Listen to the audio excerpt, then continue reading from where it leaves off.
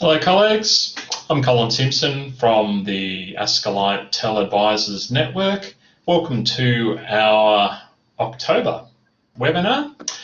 This month we are having a look at how people working in advisor or academic support roles have survived and thrived during this unprecedented time. To begin with, we'll be joined by Sankey and Amanda Bellaby, who've done some research into responses and how people have been perceived. And the second part, we'll be chatting to Eric Brogt from the Hertzer Academic Development SIG. We recently ran a joint symposium sort of covering some of the same issues. So we'll be looking at this from a couple of different angles.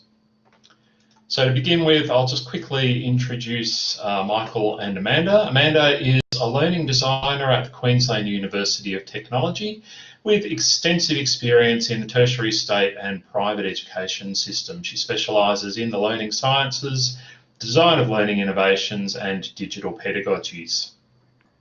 Professor Michael Sankey is currently the Director of Learning Transformations in the Learning Futures Group at Griffith University and is also the President of the Australasian Council on Open, Distance and E-Learning and Director of the ACODE Learning Technologies Leadership Institute.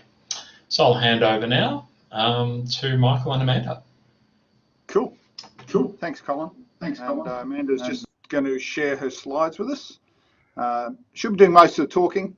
She's the brainchild behind all this, so I'm just the pretty face up front. What we did. Amanda and I got together through the Ascolite mentoring program and conceived this little project just at the time that COVID was kicking off. And what we've done is we've had a really great time over the last 3 or 4 months, or 8 months now, really, isn't it? Finding out where things are heading, and so we'd just like to discuss that with you around the roles that educational designers have played within this this whole pandemic thing. You can move on to the next slide, Amanda. We're going to talk through the data we've collected, and many of you contributed to that data. Speaking of the ways in which you and I and Amanda and many others, most of you on this chat have been impacted by COVID-19. And we will also get you to contribute some extra thoughts, if you don't mind, to see where things are at now. I mean, this data was collected 3 or 4 months ago now, but we'd like to get an up-to-date take on where things are at right now for you. I mean, many universities are going through restructures and things like that. And so how's that affecting you as well? So Amanda's going to stick up a link in the chat. If you wouldn't mind at some point, if you get bored with what we're saying, go and fill it out. Or at the end, we'll put it up again at the end if you miss it. What we do is like to provide some musings around the future of educational designers as well. So just moving on to the next slide there, Amanda. What we basically did was we do realise that the role of educational designers has evolved a lot. I mean, I've been an educational designer now, or that was my primary role for like 19 years. So the way these positions have evolved over the last particularly 4 or 5, maybe 10 years really, as learning management systems and things like that have become so ubiquitous, we're now seeing ourselves in a position where we are almost indispensable to many academic staff. And because they, in many senses, don't have to worry about the fact that they don't know everything, they just have their ways of doing things, and we go in and help them do it. I mean, this has become so evident through the data that we have collected during COVID-19. Of course, that's an unusual situation, but it is so real. I mean, that's all it's done is put our role onto steroids. And so we're going to see through the data that what you guys have felt over that time. So I'm going to pass over to, we're going to do the next slide first. So how we did this was we realised that there's some changes that have happened over the last 6 to 8 months, and So we thought we'd ask one question, just one question to make it easy for you to fill it out. And what was your role title, and what way has your role changed, and how you felt that you contributed, and provide examples. Well, obviously there are 4 questions in there, so we were being a little bit tricky and giving you a fairly open-ended question there to do things as you felt fit. We got 90 of you guys, 90 designers, educational designers, or roles, names like that, to contribute to this, and that was a fantastic response across the sector. And just looking at that next slide, I think Amanda will take us on now in terms of what your roles were designated as. So over to you, Amanda. Thanks, Michael. So in responding to the initial question, as Michael said, it's one question, but 4 combined into one, really. What's your role title? We had 36% of the respondents designate designer in their role, some learning designer, some educational designer, as you can see here, instructional designer, etc. As you can also see in the word cloud, some people had management or coordinating responsibilities. So the word cloud, we felt, aligns with the research that demonstrates that occupational titles in this profession obviously vary across institutions, and thus sometimes their professional identities are typically ambiguous or ill-defined. To help us, make better sense of this ambiguity or get a sense of it, we'd like to, as Michael mentioned, invite you to fill in the Microsoft form, which you can do as you're listening. For those who've clicked on it, I've put the URL in the chat, by the way. You'll notice the first question is basically asking you, what is your role title? So please feel free to answer that one. I will refer to the Microsoft form throughout the presentation, but just making you aware of that. So you might like to keep it open just in the background.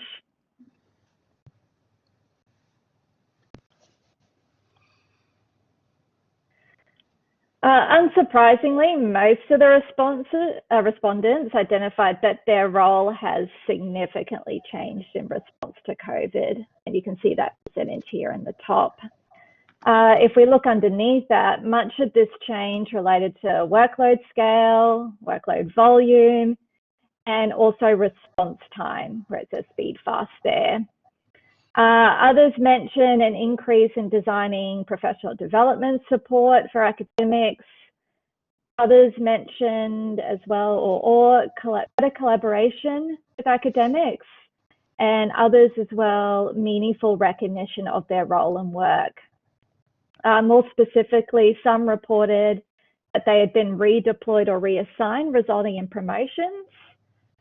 Others talked about how their role had become much less strategic in nature, which I felt was typified by this response here, where this person writes, normally my role would oversee curriculum and the allocation of learning design support to the school, but COVID has made my role much more responsive. I've been working with academics individually to support them in solving problems rather than being able to devote time to a whole of course design.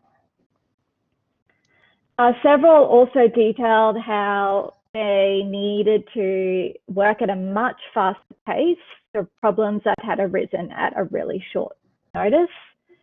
The ways in which educational designers are communicating, collaborating with all academics also changed. People talked about how they transitioned from these formerly impromptu conversations to more direct exchanges. And this was demonstrated in this quotation.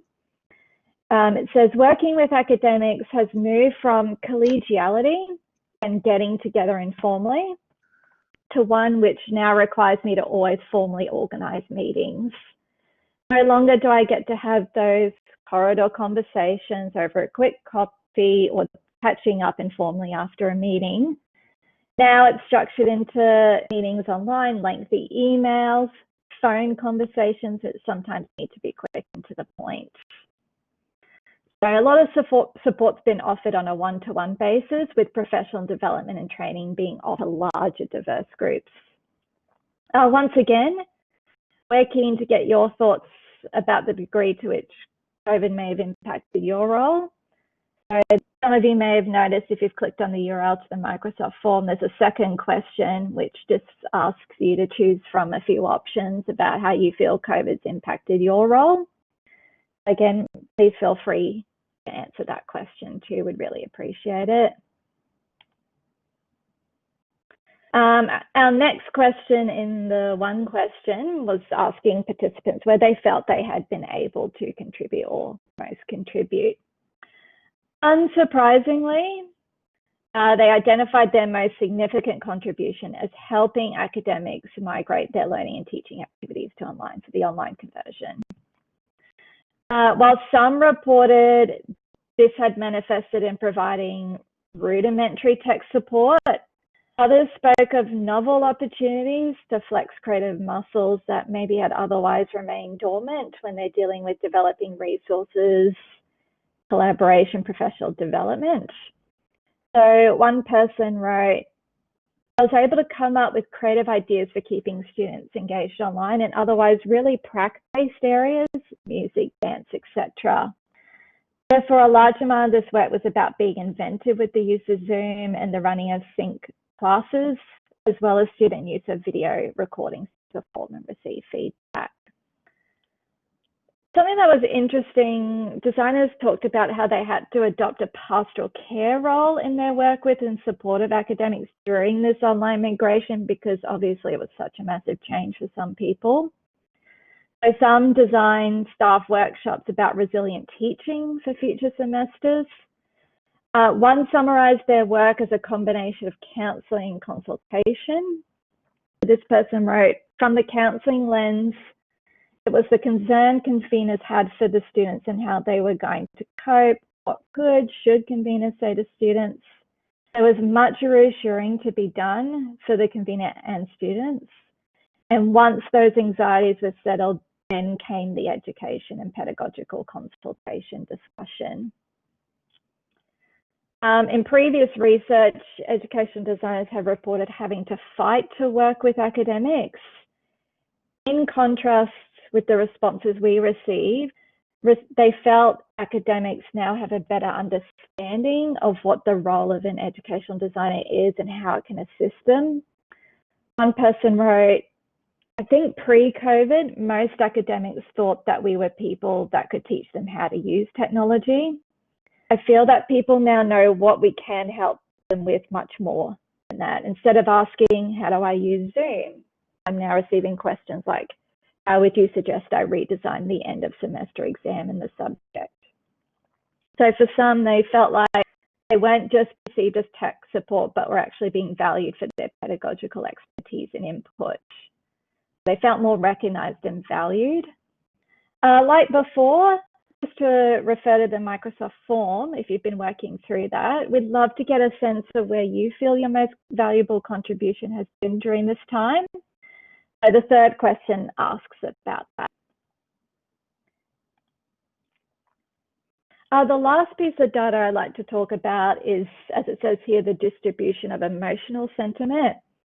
This was another interesting aspect of the responses we received, how they centered around emotions, which has received very little attention in the literature. Obviously, understandably, designers expressed and felt a range of emotions, which you can see here.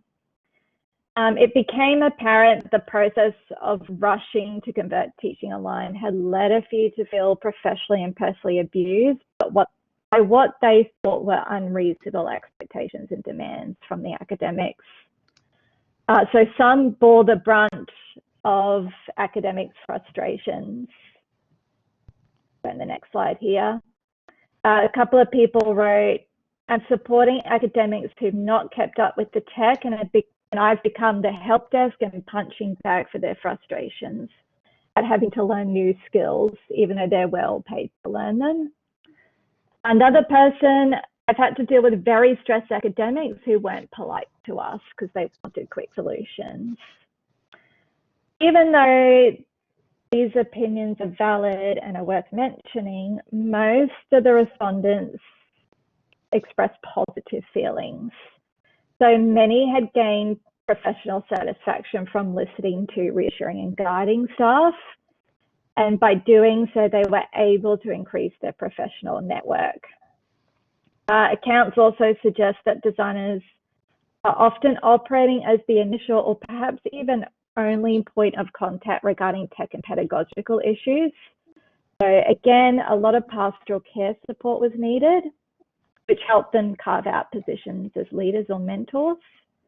So someone wrote, I've supplied a degree of pastoral care. I've been able to establish rapport, convey a sense of care, support, and provide solutions.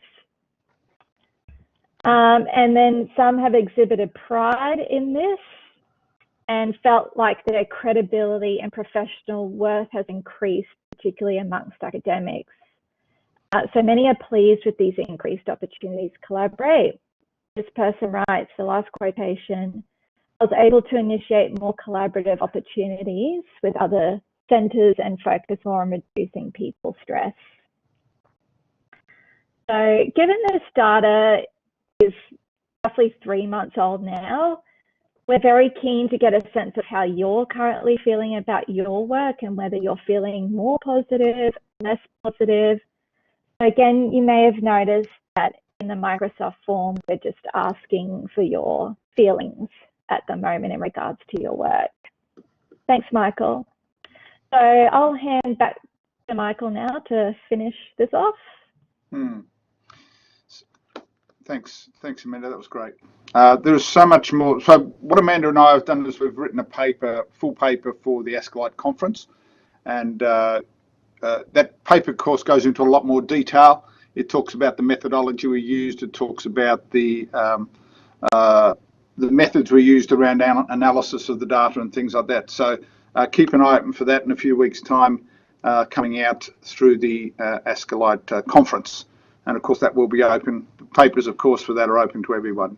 So we'll throw that out to you as we get the link for it, to just basically talk through that specific framework we use for the sentiment to provide far more in-depth analysis. So while it appears that many of us have moved very quickly to migrating online, and everybody had to, in our particular case, we were running 3 professional development workshops a day for weeks and weeks on end, just to get our academic staff up to speed. And our educational designers were fundamental in helping them get to our academics up to speed in terms of that. So, and as Amanda mentioned, it's not the how to use technology, it was about the why to use technology. And I hope you saw yourself in that data as well, because many of you were able to contribute to that. Anyway, whilst what we did see is reportedly that you were telling us that you were enjoying more of the collaborative relationships with academics, that there was actually an uplift in that you were able to contribute systematic knowledge that you had gained over the years around this, and the intellectual capital that you actually had within you, that you'd gained over these years, and that you're able to use that to upskill the academic staff within your cohort there. So look, that is just fantastic to see the roles being valued for what they have been, but not always recognised. That notion of pastoral care was a fascinating one that emerged from data. We weren't actually expecting to see that, but it did come out in the data very strongly. And so the findings that our roles have been high-level professionals is consistent with the literature that coming out of EDUCAUSE and JISC and things like that, where the roles of educational designers are being valued a lot more than they have in the past for the specialisations that we've developed over recent years. And so we do occupy a space that is challenging at times, and of course it's going to be very challenging as many of our universities move through restructures and things like that. But it's actually, if we can hold on to those robust processes that we've developed, I think we'll find that we'll be making those contributions to the ongoing nature of of what happens after post-pandemic and things like that. Whatever happens, we've established ourselves as a force to be reckoned with within the sector, a force that might not have been recognised to the extent it has been now. So I congratulate you all for the work you've been doing.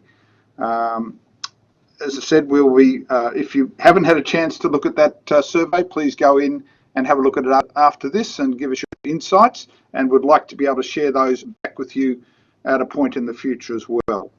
So just moving on to the last slide, I just do want to promote the Escalite peer mentoring scheme. It's been a fantastic thing to be involved with over the years. So Amanda, if you could just move on to that next slide. Sorry, Michael, it's not actually on a slide. Apologies. It's not moving forward. Okay. So the Escalite mentoring scheme is a scheme that's been going for a number of years, called the Community Mentoring Program. And if you were to type in Escalite Community Mentoring Program, you'd be able to get to that via Google. It's a program I've been involved with for probably 5 or 6 years now. And Amanda and I came together through that program, and I would encourage anyone within this community and within the Escalite community more broadly to get involved with that, either as a mentor or mentee. I think over this time we've learned a lot of lessons, and there's opportunities for you to contribute and to those who are going to be coming into the sector. So all the best with that. Look, we're really looking forward to sharing these results at the Escalite conference, and happy to take questions now. Thank you so much, Michael and Amanda. Absolutely, I think that the changes happening in this space have been really significant, and they've one of the side effects is I've basically got to go back and redesign my own research, but you know, it's you win some, you lose some. That's dynamic. It's about being dynamic. We had a couple of questions. There was a question about the model that you're using for mapping sentiment, but you said that's going to be covered in the paper. But yes, did you? We probably haven't got time to go through all that now. Yeah. But it certainly will be in the paper. Yes. No worries. Were there other questions that people wanted to raise? Please feel free to turn your mics on or post them in the chat.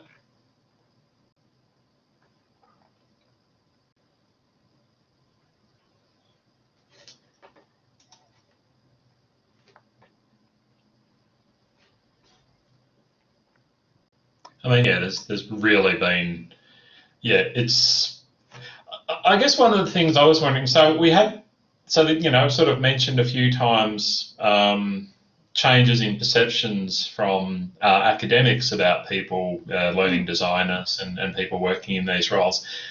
Has there been, or any thoughts about actually formally trying to get some data on that? Other than what we're doing, you mean?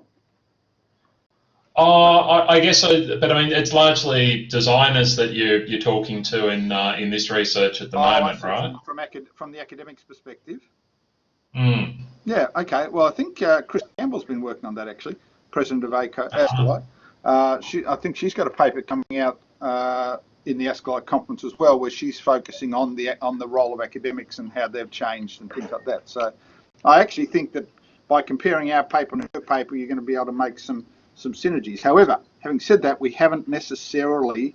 I think there's a good case for us to again use that one question approach to work through with academics how they've used or utilised, how they've been able to partner with educational designers moving forward. It's a good thought. Certainly worth investigating. Yeah. Tom Worthington here. Hey Tom, how you going? Oh, very well. I just wanted to ask if you think the role of the educational designer has been cemented into the university, so the next time we have a crisis, which could be in the next year or so, is going to go more smoothly. I noticed the University of New South Wales has announced they're going to have a commercial external course provider run their transition to university online courses. Yeah. Rather than do it internally, for example. Yes. and a number of universities do that. They, partnering with OES and Pearson's and things like that. I actually find that to be a complete travesty. Personally, many universities have on-sold or outsourced their educational design expertise to these companies, which I find to be quite distasteful. What it does, though, it's undercut the ability for universities to be able to do quality programs internally. Unfortunately, I just see in the chat that RMIT is cutting a lot of its learning design and support people, which is absolutely horrendous.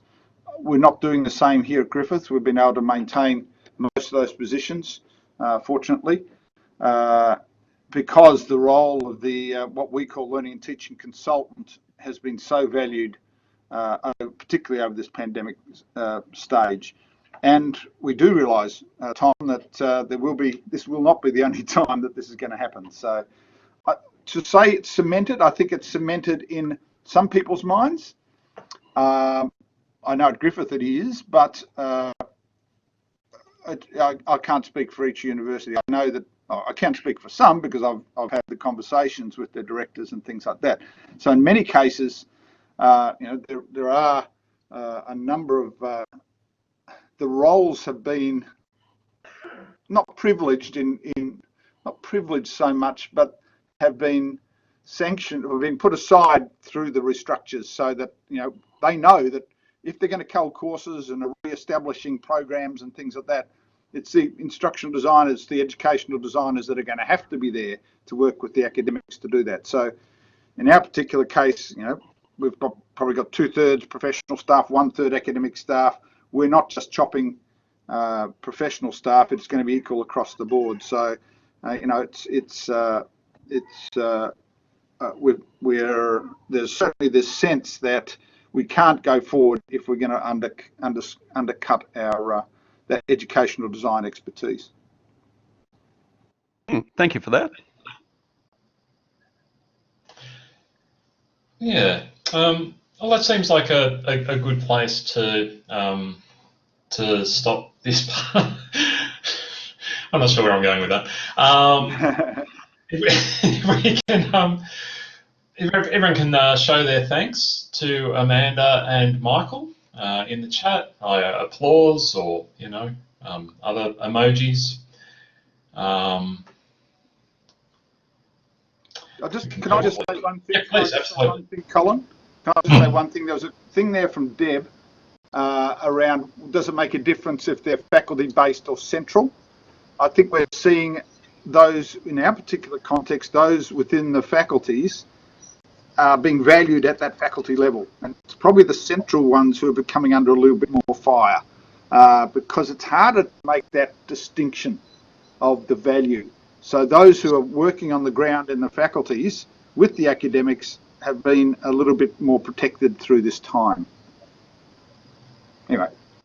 Yeah, no, that's, I think you'll, yeah, I mean, in the places I've worked, when you've got education designers working in a central unit, they generally get put onto a large-scale project to redesign an entire course or something, rather than having that sort of the local relationships. And I think we'll find that a lot of those people have done a lot more training in the last year. But yeah, I agree. Yeah. Okay. So again, thanks, Michael and Amanda. I think I really look forward to reading this paper when it comes out.